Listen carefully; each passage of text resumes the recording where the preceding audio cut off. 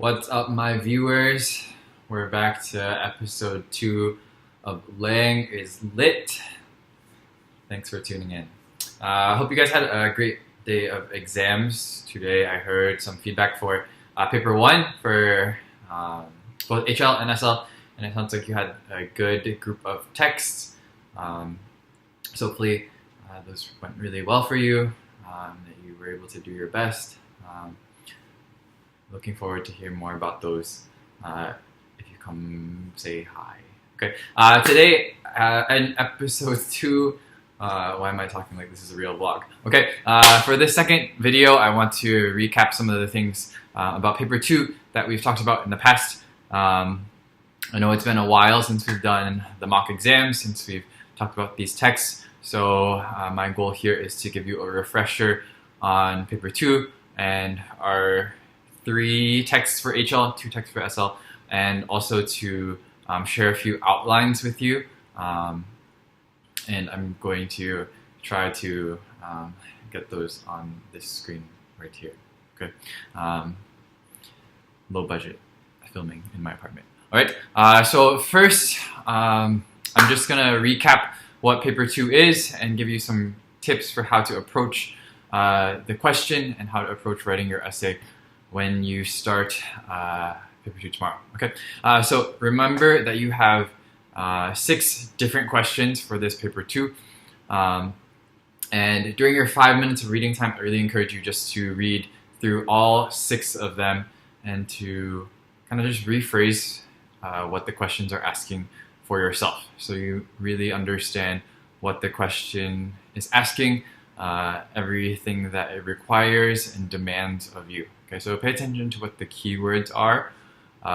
Pay attention to if it's asking you and or, right? So if it's asking you about several things that you need to talk about and comment on, or if it's only one thing that's required out of a list. Okay, so be sure that you are clear on what those what 6 questions mean and how you want to choose which kind of question you pick. Okay, so there will always be questions that ask about theme.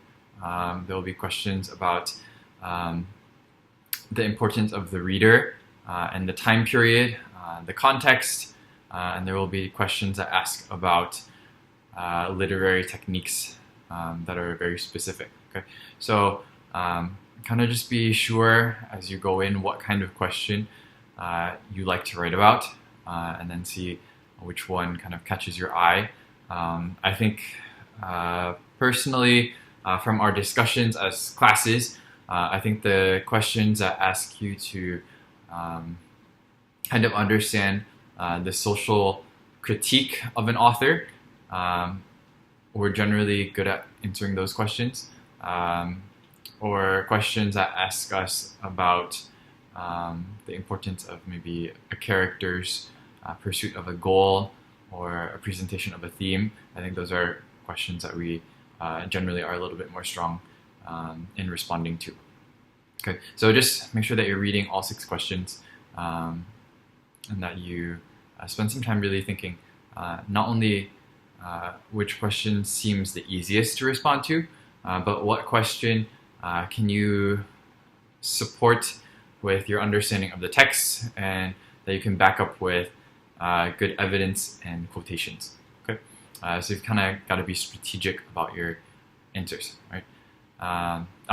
Strategic about your choice of question.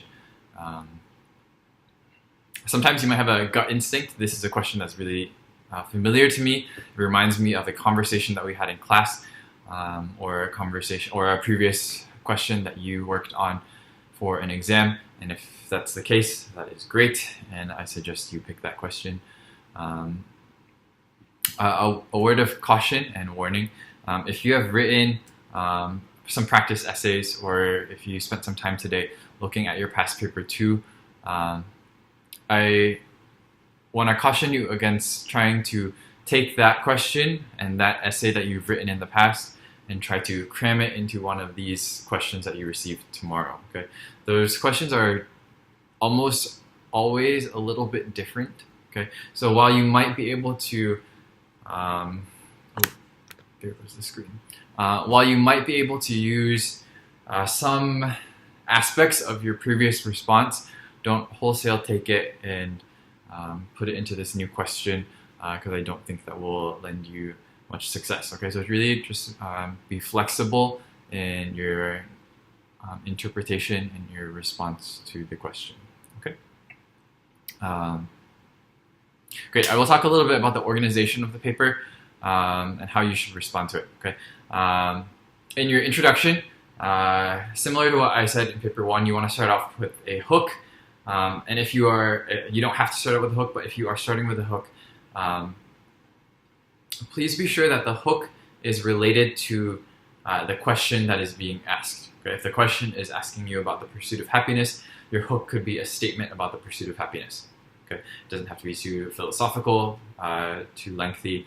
Just a nice hook that clues the reader of your essay into knowing that you know what the topic of the essay is. Okay? So after you've got your hook, you want to introduce your text. So our 3 texts for HL, 2 texts for SL are Interpreter of Maladies by Jhumpa Lahiri, Henrik Ibsen, his play Hedda Gabler, and then we've got Fences by August Wilson, only for HL class. Okay, I'll talk a little bit more about those 3 texts a little bit later and all the information that we need. But as you're introducing your text, you want to say the title of the text, the author of the text, when it was published. Those are kind of the key details of the text. Okay, you also want to say what kind of texts they are. Okay, so you've got a play, you have a, my thumb looks funny. Okay, you've got a play, you have, oh sorry, okay, we have Hedda Gabler is a play, Fences is a play, and Interpreter of Maladies is a collection of short stories. Okay, so they're all works of fiction, so you want to be aware of that. Okay, after you name the text, you also want to give short, brief, relevant summaries. Okay, you don't want to talk about everything under the sun about Fences, but you want to give some of the key details. Fences is about a man named Troy Maxon and his family, and his resolve to live a meaningful life out from under the shadow of his father's sins. Okay, so something nice, sweet, 1 to 2 sentences. Okay, lean towards 1 sentence for that summary. Okay, then you want to move into your thesis statement. I'll spend a few moments talking about the thesis statements in a minute, so I'm not going to spend too much time talking about it now. But make sure your thesis statement directly responds to your given question. Okay, if I took out everything in your essay except the thesis statement, I should have an idea of how you are answering the question. Okay, I'm going to say the same thing later for topic sentences. Okay, topic sentences are drawn from that thesis statement and are basically a mini thesis statement for 1 single paragraph, so that those topic sentences should also be able to address the question. Okay, in your introduction, you should be referencing the question frequently. Okay, don't do a whole introduction and then in the final sentence make some mention that this essay is going to talk about the pursuit of happiness. Okay, from the beginning of your essay, which is why I think it's nice to have a hook, to the end of the introduction, I should know that your intention is to answer a specific question. One of the ways you can do that is by using the language of the question right in your introduction, right in your thesis. Okay, if there are keywords, use them. Okay, just use the keywords of the question. Do it. I want to move on to talking about your body paragraphs now.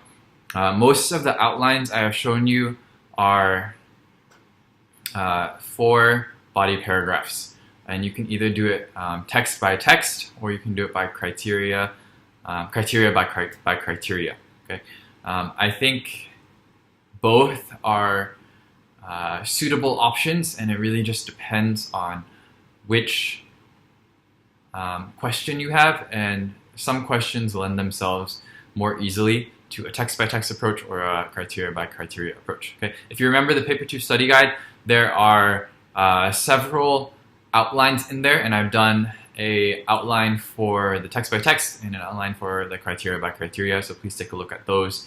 I've tried to make them as clear as possible so they have a good gauge of how to do that. Sorry, my computer keeps, the screen goes off. Some basic reminders for how to structure your body paragraphs. Okay, you want to start off with a topic sentence. Okay, topic sentence should be one clear sentence. It could extend to 2 sentences if needed. Okay, that topic sentence should state very clearly which text you are talking about and how you are using that text to write about a specific response to the question. Okay, I will show us a few outlines in a moment as examples of that. Okay, after you've given your topic sentence, I would say that in each body paragraph you need at least 2 pieces of evidence from the text to support your point that you have made. Okay, so your topic sentence is essentially an argument. Okay, and we've talked about point evidence analysis, so the acronym PEA.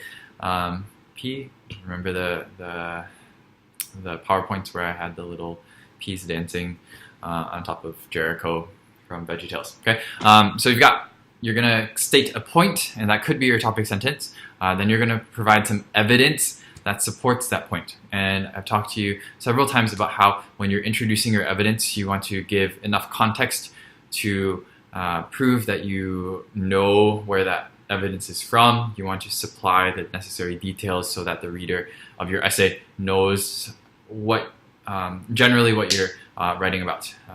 Take into account that probably for interpretive maladies, not as many readers of the IB exams will have read that. Okay, so just keep that in mind as you're starting that.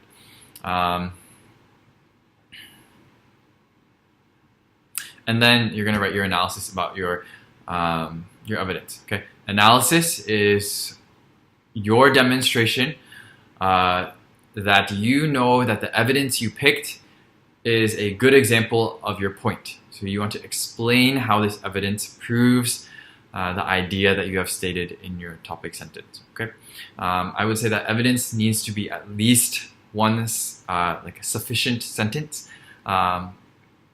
1 or 2 sentences of analysis per piece of evidence is a good idea. Then you want to transition into your other paragraphs. Okay, so in total, if you're doing text-by-text approach, that means you do 2 paragraphs maybe on the first text and then 2 paragraphs on the second text. Then you'll have 4 paragraphs. I think that's a nice way to approach paper 2. If you're doing criteria by criteria, so maybe let's, for the sake of discussion here, your first criteria is presentation of men, and your second criteria is presentation of women. Okay, so criteria 1, you're going to have text 1's presentation of men, text 2's presentation of women. Okay, criteria 2 is women, so we're going to do text 1's presentation of women, and then text 2's presentation of women. I hope you enjoyed this really technical illustration here. So that's criteria by criteria. Okay. In your conclusion, you are wrapping up your key points. You're restating your thesis.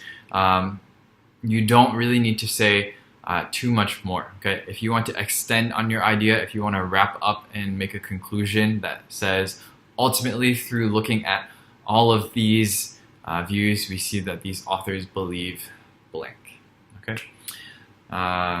That's kind of what I want to say about organization and structure. I didn't say this earlier, but I do want to add on to it now. Some of the questions will ask you why the author presented specific views or beliefs about an idea in a specific way. Some of the questions will not do that. Okay, what I want to say is that implicit in most of these paper 2 questions is why does the author present their beliefs or opinions or social criticism or view of what they have presented in a certain way. Okay, that's kind of like your so what that you want to answer. Okay, so even if the question doesn't ask it, let's say the question is, how does the author present the pursuit of happiness? Okay, even if the question doesn't say why the author presents their belief about the pursuit of happiness, okay, you can include that. You can include that in your conclusion. You can include that throughout your essay in the body paragraphs, right? Because the author's views and the author's beliefs are a significant aspect of each text, and I think it can only add to your response. All right, hopefully that wasn't too confusing. Okay, this video is kind of long. I don't know if I gave you a warning at the beginning, but this one is going to be a long one. So that's basically all I'm going to say about the introduction. Not the introduction, in terms of the structure and kind of reminding you what paper 2 can look like and sound like. Okay. This next section, I'm going to run through 3 outlines of essays. And then after those 3 outlines of essays, I'm going to give kind of notes on the 3 texts. Okay. So if you don't want to see these outlines, and you just want to rely on the outlines, you can skip ahead. I will let you know later which minute to go to. Okay, so I have 3 outlines here, and I will do my best in a moment to paste them here so you can see them as I read through them. Okay, so the first outline I have is a question. To what extent do the 2 works you have studied show that an individual is in control of his or her destiny? Okay, you've seen this question before. This one's a little bit difficult, and so I want to show you the thesis statement that I think my SL class came up with. Okay, and where we're using the text's interpreter of maladies and Hedda-Gabler to respond to this question. Okay, what I want to show you is that you can write a 2-sentence thesis statement where you kind of have like one view, and then you have like a ultimately. The authors present this view. I'll read the thesis statement. Hope it's a little bit more explanatory once you see what the statement is. Okay. So the thesis statement for this question. First, we have a sentence about Hedda-Gabler. So this says, in Hedda-Gabler, Henrik Ibsen demonstrates that though individuals can control aspects of their destiny, ultimately society dictates destiny. Okay. So I have one view because Henrik Ibsen is one author with one unique perspective about how people can control their destiny. Okay, but I believe that Jhumpa Lahiri has a different view of who controls their destiny. Okay, so the second sentence is this: an interpreter of maladies, Jhumpa Lahiri illustrates how Indian and American cultures have conflicting views of individual destiny. All right, so essentially this essay is going to be a text-by-text comparison of these 2 texts. I'm first going to illustrate some ways that individuals might or might not have control of their destiny in Henrik Ibsen's play, and then I'm going to show that Jhumpa Lahiri kind of has an opposite view in Interpreter of Maladies and shows that people ultimately can control their destiny, especially in the American culture. Okay, I'm going to show you an outline of how I would address this question. These are kind of like topic sentences with some ideas for evidence to go along with each topic sentence. Okay. So for Hedda-Gabler, my first topic sentence is that characters, sorry, these aren't topic sentences yet. These are just kind of like bullet points. My next 2 examples will be sentences. Okay. So for the first paragraph, I want to show characters who are able to control their destiny. Okay. Notice that I have used the language of the question. Right. It says control destiny. Okay. Pretty obvious. Pretty easy to do. Include the language of the question in your topic sentences. Okay. So I'm going to look at characters who can control their destiny, or at least attempt and try to do that. Okay. So first, to some extent, Thea and Hedda tried to control their destiny, tried to make an impact on their lives and the lives of people around them. To a greater extent, Judge Brack and the men are able to control their destiny. Okay. Plenty of examples of men having power, men controlling other people. Judge Brack pushing around Hedda-Gabler. Okay. In the second paragraph, I'm going to do Hedda-Gabler, and I will show that ultimately individuals cannot control their destiny, but society dictates your destiny, especially seen in the outcomes of women. Okay. So looking at like social roles, women can't break out of them. Hedda has such a huge fear of scandal, and men will continue to hold power, and we see that in the example of Brack. Okay. So destiny, in Ibsen's view, is controlled by society. An individual does not have control of it. Okay? So that's a pretty clear statement, I think, and I think that these 2 paragraphs show a comparison. We show that maybe characters could try to control their destiny. Ultimately, we show that individuals do not have power over their destiny because society controls it. Okay. Next, I'm going to look at interpreter of maladies, and I have 2 paragraphs here, and I want to show how first Indians might have a view of individual control of destiny, and then I'm going to show how Americans have a view. Okay, so the first paragraph for interpreter of maladies, I'm going to look at the Indian view of destiny, including arranged marriages, the duty to the family, and I might use the text of Third and Final Continent. Okay, there are a few other texts that reference arranged marriages, including what's that called?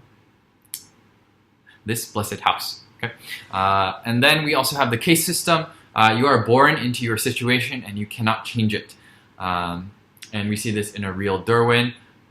We might also see this in the treatment of B.B. Haldar. Okay, in that case system, you're pretty much locked in. Okay, you can't control your destiny. You can't change it.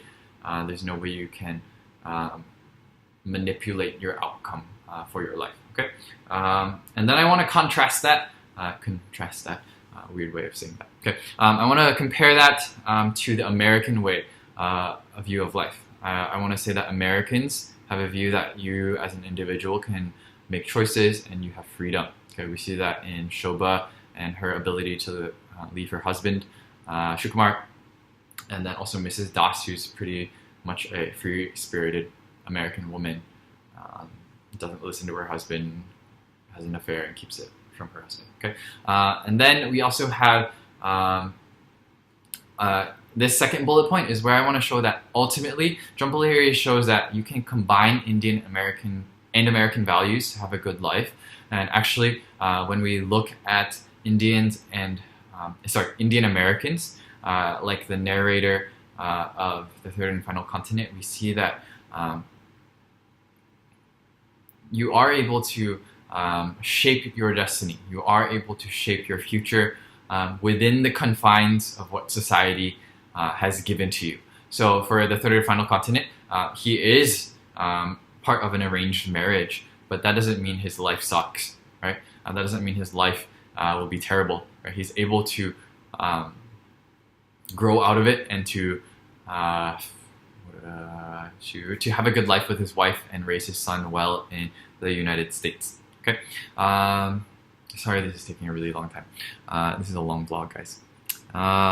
Okay, so my next question: discuss the pursuit of happiness in at least 2 works you have studied. I'm going to do a text-by-text approach as well for Death of a Salesman, for Hedda Gabler, and for Interpreter of Maladies. Okay, this is a thesis statement that we came up with in my SL class as well. Thank you, SL, for your contributions to this vlog. Okay.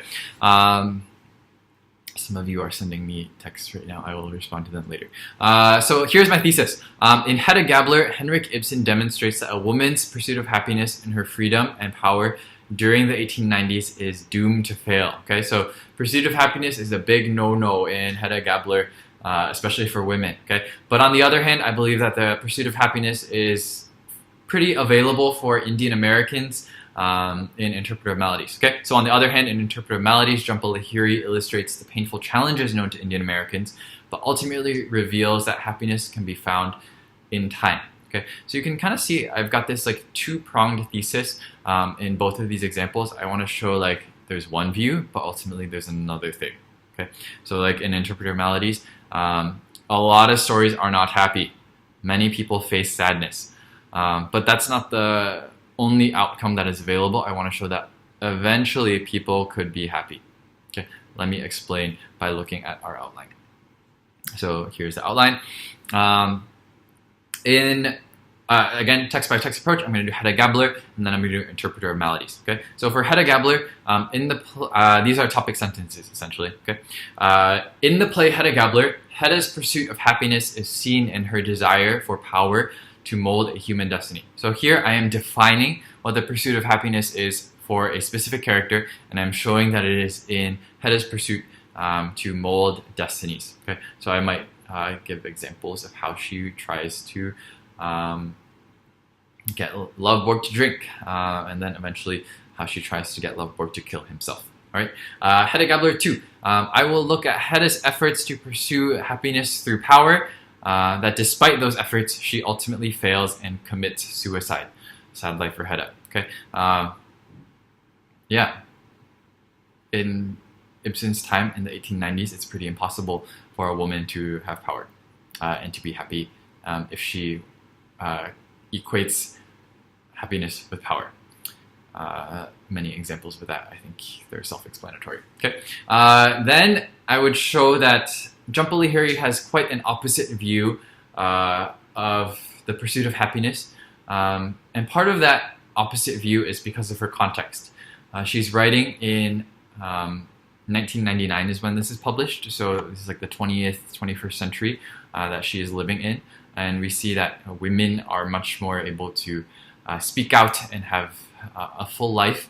And then we also know that we're writing about America, which is a little bit more progressive compared to Norway in the 1890s. Okay, so my two examples, I have two topic sentences. So the first paragraph for interpretive malady says, although Ibsen demonstrates the futility of the pursuit of happiness, Jhumpa Lahiri believes the pursuit of happiness is available in the Indian American context. Okay, that's kind of like a transition.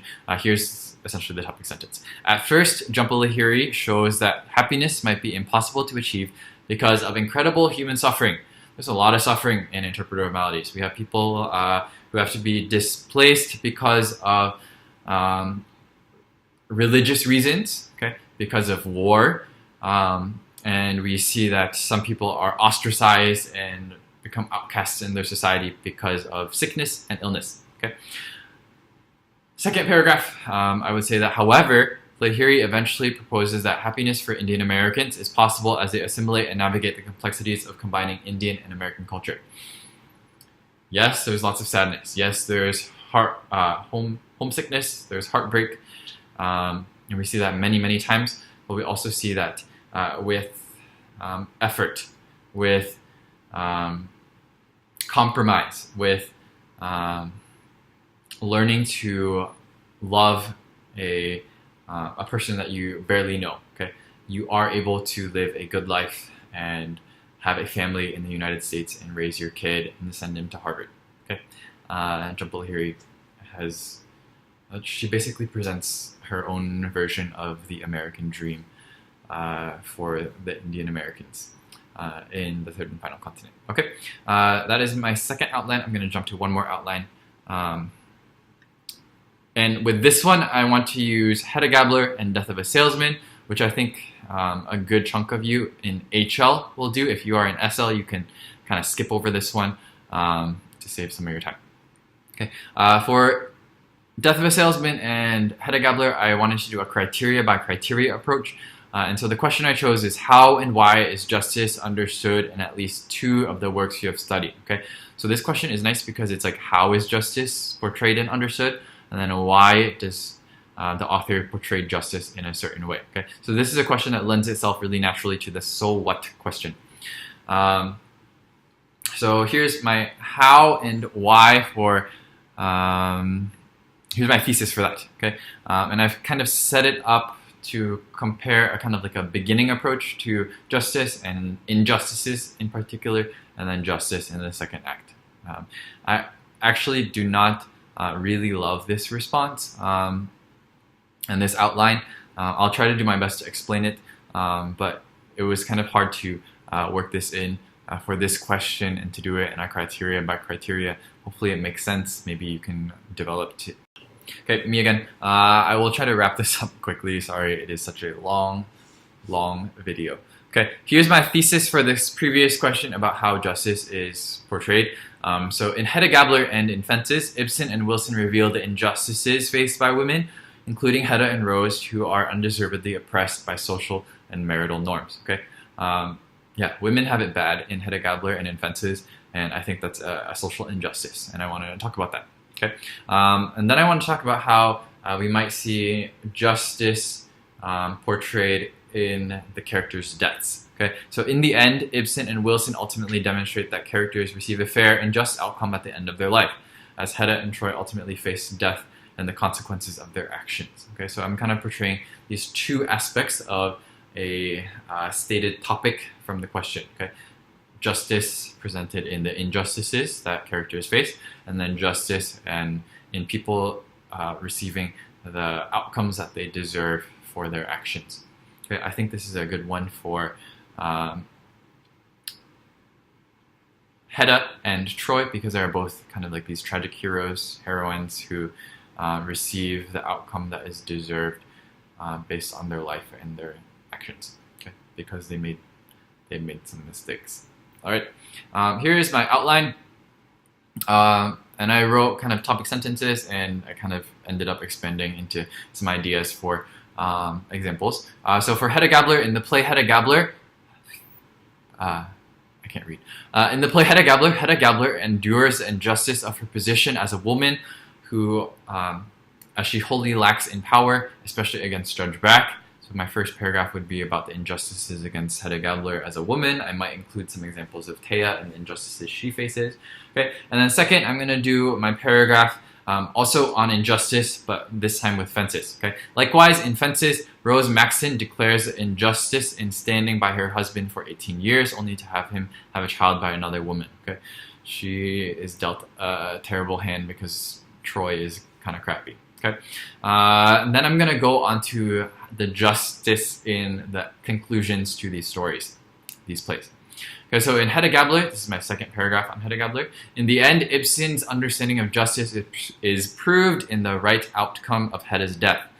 From her perspective, there is no other possible outcome, and it is what she deserves for her failed manipulations. Okay?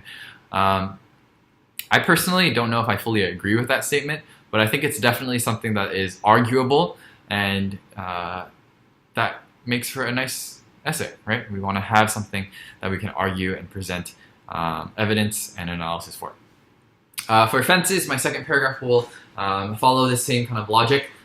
Similarly, Troy Maxon faces death, with justice in the hands of God at the judgment day. Gabriel's final call for St. Peter to open the gates is met with a moment of apprehension as Troy stands to be judged for his sins until finally the gate swings open.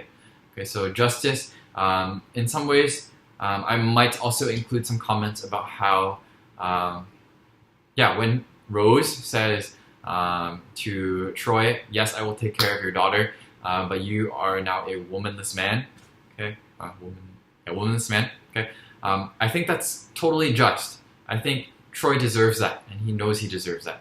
And so we'll look at, I would look at in this essay, in this paragraph, Troy fully deserves like the lack of love from his family and his wife kicking him out. But ultimately, it's not his family that judges him. I mean, Rose essentially forgives him in her final speeches to Corey. But we also see that judgment is left to God. Judgment is left, not to death, but to God. Okay, that wraps up those three outlines. Sorry that took so long. Sorry, I keep apologizing. I'm not going to apologize anymore. Okay, this last section, okay, is I'm just going to recap some key things about the text. I will not give full summaries. I will not name all my favorite quotes. Okay, those are up to you to find. And I think those are readily available on our mock exam folder, which I just changed the name to IB exams. Okay, the three exams that you can use, and I included some key details here for each text. Our first text is Hedda Gabler. It is written by Henrik Ibsen in the year 1891, and it is written in Norway. Okay, it is also set in Norway, and it is also set in 1890s. Okay, I would definitely include some contextual information about the treatment of women at this time, about the blossoming women's movement in Norway that is happening there. Okay, second text, Interpreter of Maladies, is written by Jhumpa Lahiri. It is a book of short stories written in 1999. She wrote this in the U.S., but she was born in India, moved around to the U.K., spent a lot of time in the U.S. Okay, her stories are set in the U.S. and India, anywhere from kind of like 1950s to present day, modern times, meaning 1990s. Okay, and then finally we have Fences, which is written by August Wilson in 1985. He is an African-American playwright. He wrote in the U.S. but the play is set in 1957 in Pittsburgh, in Pennsylvania. Okay, you can imagine that there are many similarities to the setting of Fences as the setting of Death of a Salesman, because of kind of like the middle class life that they live. This is also post World War II, etc. Okay. All these texts should be underlined. Their titles should be underlined, and then the short stories themselves, if you're going to use like A Real Derwin or The Third and Final Continent, please put quotation marks around them. Okay, quotation marks. I will briefly say a few things that I think you can remember for the three texts. All right, for Hedda Gabler, okay, treat Hedda Gabler and Thea as foils, meaning they are characters who are opposites that are used to highlight certain aspects of each other. Okay, so Thea is a foil to Hedda to highlight how Hedda can't be courageous, act courageously, and how she is still so afraid of society. Okay, you definitely want to talk about Hedda and her pursuit of power, and the quote about her wanting to mold a human destiny. Some of the key symbols are the fire and the book, the manuscript, which eventually becomes a child, figuratively. Okay, Judge Brack, who wants to have power over Hedda, and he ultimately is able to do that, and he wants to be the one cock in the basket. He doesn't want to compete with George for Hedda. He's eventually able to do that because George is like, peace out, Hedda, I'm gonna hang out with Thea. Poor Hedda. George, who is pretty incompetent but still has more social value and ability to maneuver compared to Hedda because he is a man. The vine leaves, if you want to talk about the vine leaves, they are an allusion to Dionysus, who is the god of like drunkenness and wine. And then Hedda is a tragic heroine, and her downfall is a result of her own actions. Okay, remember this is a play, so definitely be able to talk about things that are specific to plays, kind of like characterization in how the characters look and dress and act and talk to each other and what others say about each other. You want to talk about the setting, kind of like that dark, moody, masculine interior of Hedda's house. Okay. Interpretive maladies. I think it's really great to talk about interpretive maladies because it is reflective of her own conflict in discovering her identity as an Indian American. So definitely talk about that. Talk about themes of belonging, cultural identity, displacement, family, and relationships. Okay, we've talked in class several times about how to group different texts together around specific themes and messages. We have some sad stories about being far from home, being isolated, about overcoming conflicts and difficulties in relationships, and then we also have happy outcomes where we see that it's possible to make compromises, it's possible to assimilate and build a life, and to blend Indian and American influences together. Okay, hopefully.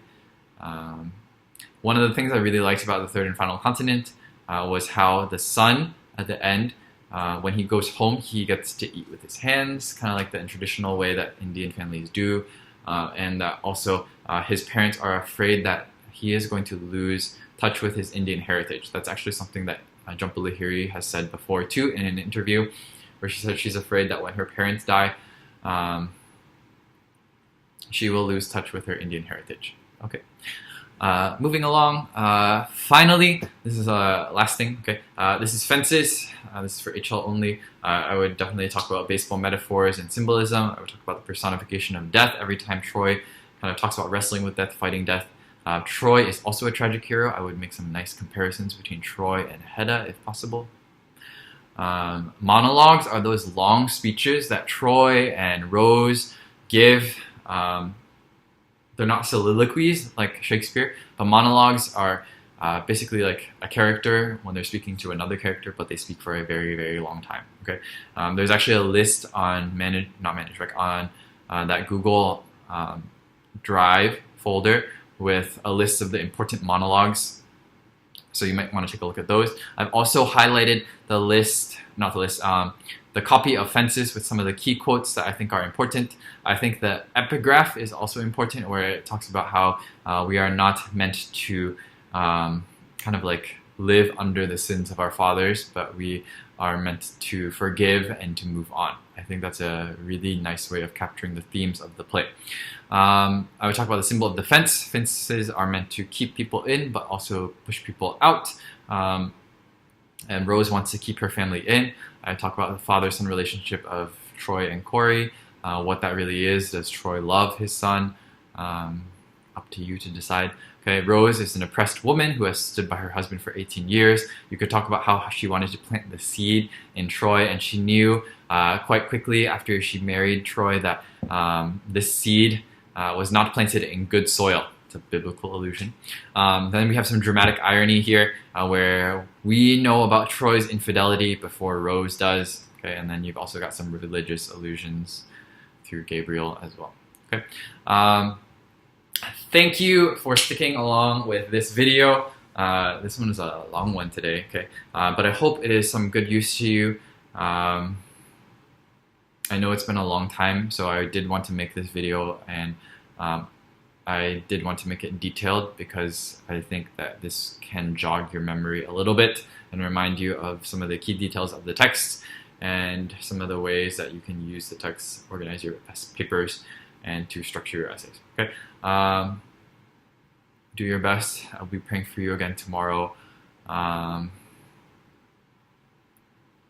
You're gonna be great. You got this. Okay. Thank you for tuning in to episode 2 of Lang is Lit. Don't forget to like, comment, and subscribe below. Have a great day. Peace out.